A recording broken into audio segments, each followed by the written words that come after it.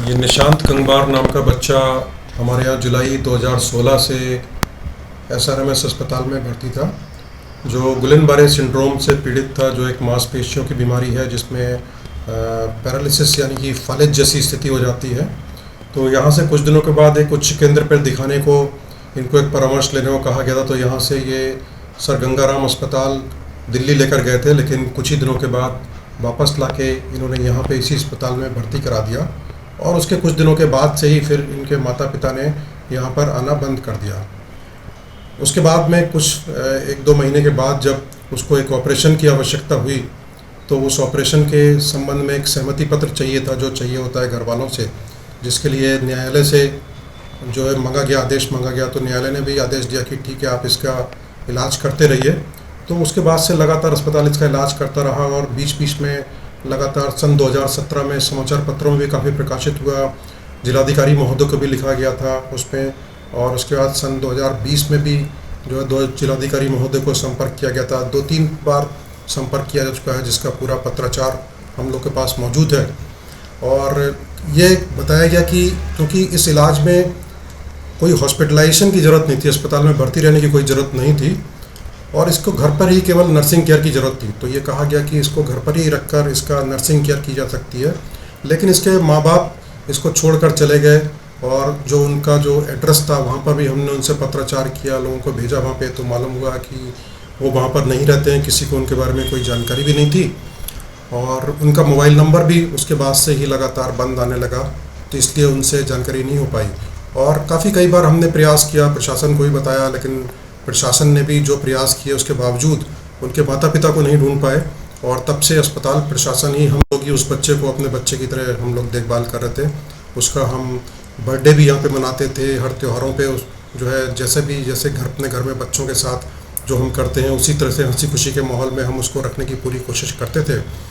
दुर्भाग्य से परसों यानी कि 18 सितंबर को उसका हार्ट ने एकदम काम करना बंद कर दिया, कार्डियक अरेस्ट हो गया।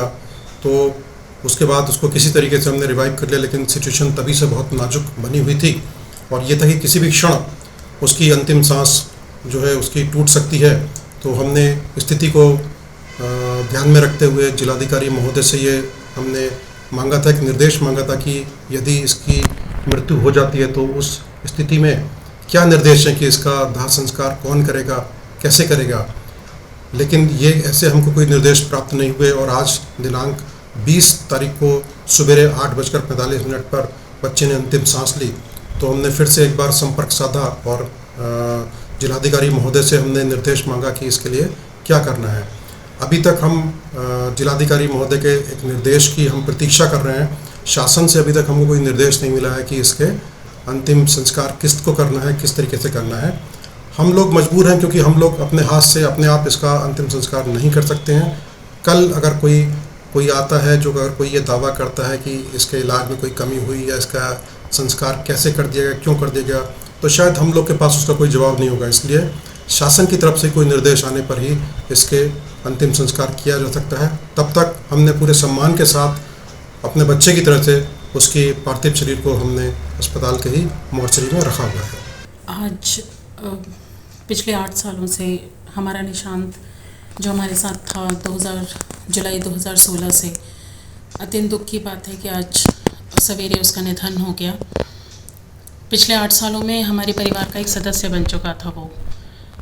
हमारे पूरा एसआरएमएस फैमिली, हमारा पूरा एसआरएमएस परिवार, हमारी नर्सेस, हमारे डॉक्टर्स, आईसीयू का स्टाफ और निशांत एक ऐसा परिवार था जिसका बहुत ही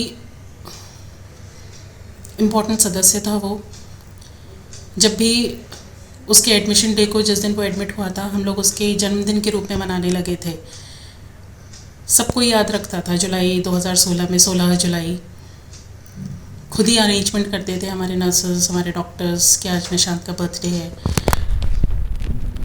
एक सिस्टर अपॉइंटेड थी पूरे टाइम सुबह से लेकर शाम तक शिफ्ट ड्यूटीज़ में। 2 सिस्टर्स उसका ख्याल रखती थी। फिज़ियोथेरेपी यूनिट का बहुत बड़ा योगदान है उसको आज तक 8 साल तक उसकी सेवा करने का, और डिपार्टमेंट ऑफ पीडियाट्रिक्स के रेजिडेंट्स कितने रेजिडेंट्स पास होकर चले गए, कितने नए आए, सबके लिए सबसे पहले निशांत ही सब कुछ होता था। आज हमारे बीच में नहीं है। जो भी एक परिवार अपने बच्चे के लिए करता है, एसआरएमएस फैमिली ने सब कुछ किया निशांत के लिए, और निशांत ने भी हमें वो सब कुछ दिया जो एक बच्चा अपनी फैमिली को देता है, एक अपनापन। आज बहुत ऐसा लग रहा है जैसे कि हमारे परिवार का एक सदस्य खो दिया हमने। जहाँ भी रहेगा निशांत अच्छा ही रहेगा, ये हमें पता है।